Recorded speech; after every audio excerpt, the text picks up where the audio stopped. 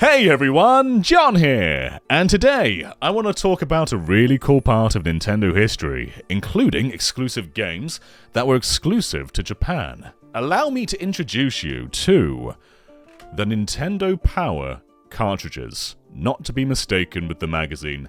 That was not a Japanese thing. Over there, Nintendo Power meant flash cartridges, and it started in 1996 with the Super Famicom one. With these babies, you could waltz on into the Japanese convenience store Lawson, which is still a huge chain today, and use their loppy kiosk. And something kind of like this would happen.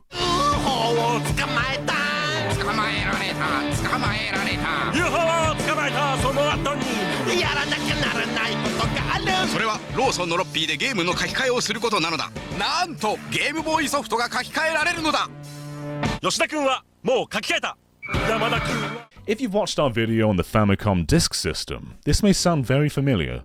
With that console, you can buy any Famicom disk, take it to a kiosk, and rewrite it with another game for a much lower cost. In fact, this copy of Esper Dream right here is in fact not Esper Dream. If we put it in the Famicom disk system, we can see that this is actually a little known game called Doki Doki Panic, which in fact is Super Mario Bros. 2. Did you know that? But the big difference with these guys is, of course, you're not rewriting a standard Game Boy or Super Famicom game.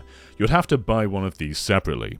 So the Game Boy one would cost you around 2,500 yen, whereas the Super Famicom one was 3,980 yen. But once you've got one of these cartridges, you can visit that kiosk and install both old and new games. And the value amount wasn't static either. A bunch of older games were 1,000 yen, newer ones were around 3,000 yen, and the variety of games was very interesting, and we'll get into that. But each of these can store up to 7 different games. So this was very different to the Famicom disc, where you'd rewrite your entire game with something else. With this one, it is much more like a standard flashcard. You are putting 7 different games onto one cartridge. But let's have a little look at what's on my Nintendo Power cartridges. And let's start with the Game Boy, because this one is probably the most special. So the Game Boy version released in the year 2000, and if you put it into a standard Game Boy, you'll get this interface and this song.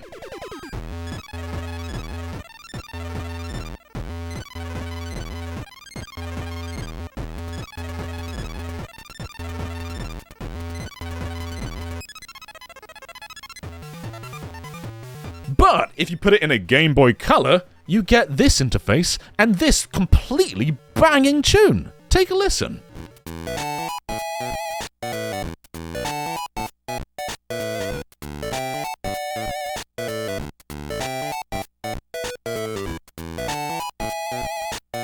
Oh, I love this! So my Nintendo Power cartridge has 3 different games on it. We've got Balloon Fight GB, Yoshi Pound Upon, and Dr. Mario. And those are 3 very cool games to have in one place. But they are not all equal, as that first one, Balloon Fight GB, has never been released on anything but a Nintendo Power cartridge. What this game is Balloon Kid Deluxe, DX, whatever you want to call it.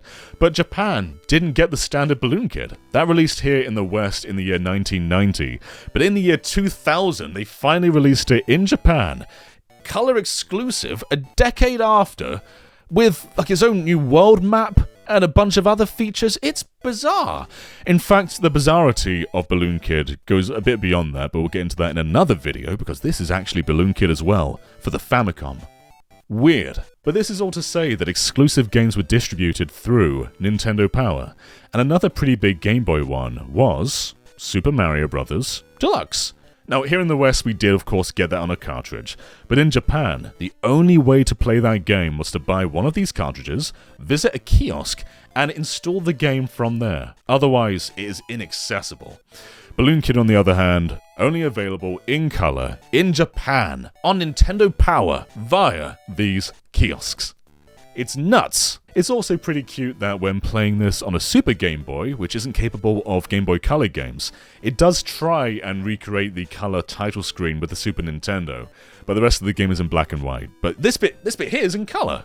Cool! With this releasing in the year 2000, it predates the GBA by just 1 year, So this is clearly more of a way to just sort of get rid of old Game Boy stock while distributing games that were never released on a pretty easy scale. However, the Super Famicom is maybe a little bit more interesting. So this released in 1996, while the N64 was still out, and I think it was very much the same reason. But there were many games that were exclusive to this. So before we check those out, let's see what's on this cartridge here. There's only 2 games, but let's check them out. So, this first game is called Let's Go WGP 2, and it's based off an anime called Let's Go, which seems popular, but I'm too uncultured to actually know what it is. But I want to know what it is now, because this game's so flipping cool! The person who previously owned this cartridge had 4 different save files, and they're all complete. And that is the sign of a banging game. This is a modern-themed RPG, except instead of battles, you've got slot cars. Look how cool this is! I'm just playing on some guy's finished save file, but I still think this is the coolest thing I've seen this year, and I kinda want to binge the entire anime. This was not Nintendo Power exclusive, it launched on Nintendo Power at the exact same time as the cartridge, but yeah, this was one of the games available. In fact, the list of games available was quite extensive, both old Super Famicom and Game Boy games and brand new ones. And so let's check out game number 2. This is A Link to the Past. Not a whole lot to say about this one, but I didn't own the Japanese version of A Link to the Past, and I own quite a few Zelda games, so it's nice to have. But yeah, this definitely wasn't quite as extensive as the Game Boy version, considering this one has an exclusive game on it. But this has the potential to have far more. So, let's go over some big games that were both timed exclusive and forever exclusive. And I think a pretty big one was Fire Emblem Thracia 776. Did I say that correctly, Daniel? This released via Nintendo Power kiosks in September of 1999, but a cartridge release wouldn't come along until January 21st in the year 2000, which is very late for a Super Famicom game. But yeah, this game did escape the flashcart distribution. But what's very interesting about this game too is some Nintendo Powers were sold with the game pre-installed. And so those Nintendo Power boxes would have Fire Emblem just kind of put in the corner over there. Usually when you install a game via these kiosks, they'll give you a little sticker to put on one of these boxes. Neither of them have them. And they'd also give you the manual. But the actual box itself wouldn't usually get a sticker. That was seemingly just for Fire Emblem. Very neat. There was also another pretty big timed exclusive. A Mario game, Wrecking Crew 98. This one was just a few months apart from the retail version, but Nintendo Power could get you a copy in January of 1998, whereas the retail version was May 1998. It would have been strange if the retail version didn't launch in 98, because then the title would be a lie. But yes, that was another timed exclusive. But what about overall exclusives? Well, there are 2 other big ones. So I've used these games over here as examples of Famicom games in the past, being Famicom Detective Club Part 1 and Famicom Detective Club Part 2. And these also got remade for the Super Famicom. And it's Part 2, The Girl Who Stands Behind, that's the one we're focusing on here, because this only released via Nintendo Power. There was never a cartridge version, so if you want to play a 16-bit Famicom Detective Club, The Girl Who Stands Behind, you've got to get yourself a cartridge with it pre-installed. Otherwise, there's no way in the universe. Don't even tell me that there are any. There's no ways. Zilt! So that one's just a remake. What about an original game? Well, how about Super Famicom Wars, part of the Advance Wars series? This game had a demo on the Satellaview, but other than that, you could only buy this on Nintendo Power. No other way. Never got a cartridge release. But what is very cool about a lot of these games is they did re-release on the Wii via Virtual Console. Not Nintendo Switch Online, but they weren't lost to time. You could later re-download these on the Wii Virtual Console, except now that's gone, so we're kind of in limbo again. But they were kind of preserved for a bit. And I know that a bunch of you are Picross fans, and the Super Famicom, of course, got Super Mario Picross, but there were other themed Nintendo Picross games, and they were exclusive to Nintendo Power on the Super Famicom. And what I find fascinating about these is most of these franchises and specific entries outlived the Super Famicom. So the first one is Pokemon. Pokemon has no other game on Super Nintendo or Super Famicom, but there is Pokemon Picross via Nintendo Power. And maybe more nuts than that, there were some N64 games that had Nintendo Power tie-ins. So we are talking games like Star Fox 64, and Yoshi's Story, and Mario 64, and Ocarina of Time. That is Mario 64 on the Super Famicom. You've got your wish. Have you been wishing for that? I don't know, but it's crazy. So this consisted of Volume 1, Pokemon, Volume 2, Yoshi's Story, Volume 3, Kirby, Volume 4, Star Fox 64, Volume 5, Zelda Ocarina of Time, Volume 6, Mario 64, Volume 7, Wario Land 2, and Volume 8, Donkey Kong Country. So a weird mix of Game Boy, Super Nintendo, and N64 there.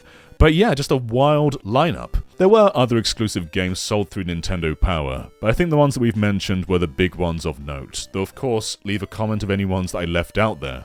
But yeah, these weren't just about exclusives. These were about buying old Super Famicom and Game Boy games, brand new releases, exclusive releases, and putting them in one convenient place. These were discontinued in the year 2007. That's a very long time. You could still put games onto these well into the Wii's life, which is bonkers. But yeah, I just think this is fascinating. It's not something I hear talked about much in the Western space, obviously because we never had it in the Western space, but it gave us exclusive Nintendo games that aren't available anywhere. And I rather cherish this one now because it has an exclusive game being Balloon Fight Deluxe. But let me know if you have Nintendo Power, and do you have any exclusive games on there? You can, of course, if you've got the hardware, put your own games on these, but that's more of a costly endeavor in getting the actual hardware to put your cartridges in, modify the ROM. But yeah, it is possible, but it's probably not something most people are going to do. Especially when there are more convenient flashcard solutions, but none of them have a theme as banging as the Game Boy Color version of this one. I just realized I didn't show you the Super Famicom theme, so have a listen to this too.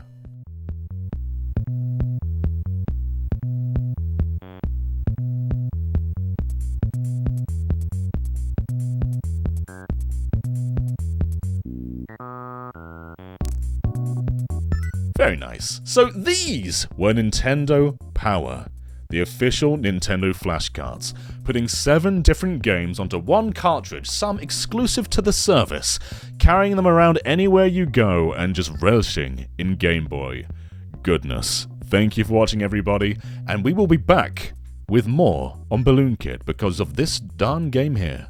I'll talk about it soon. But anyway, I'll see you next time. Bye, everyone.